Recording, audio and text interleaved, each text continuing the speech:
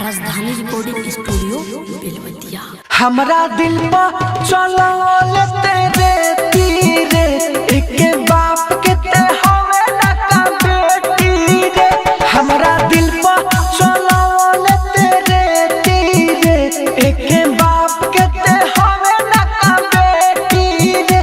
करले प्यार की बता रे के खेती रे। हमरा दिल पर चलो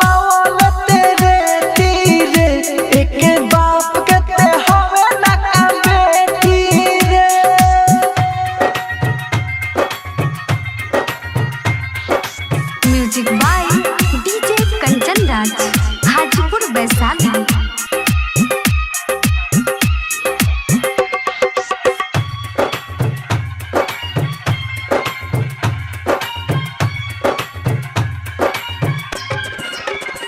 हमरा प्यार के ते जखम लभेर देले रे। दिल तोर के तू आस हमर छेड़ देले रे। दिल भैनी जब रहल ते तीरे एक बाप के ते हवे ना का बेटी रे। करले प्यार की व्यापार के खेती रे। हमरा दिल पर चलो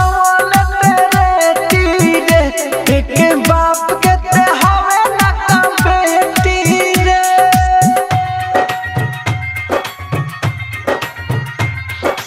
music by DJ Kanchan Raj, Hajipur Vaishali.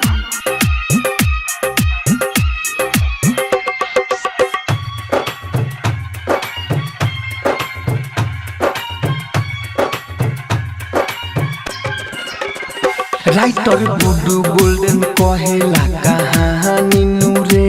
इसे बुझेला राहुल राजा धानी नूरे। दिले दर्द में संभकेला बेटी रे। एक बाप के ते हवे ना का बेटी रे। करले प्यार की व्यापार के खेती रे। हमरा दिल पर चलो एक बाप के ते हवे ना का बेटी रे। राजधानी डिजिटल रिकॉर्डिंग स्टूडियो बेलवतिया।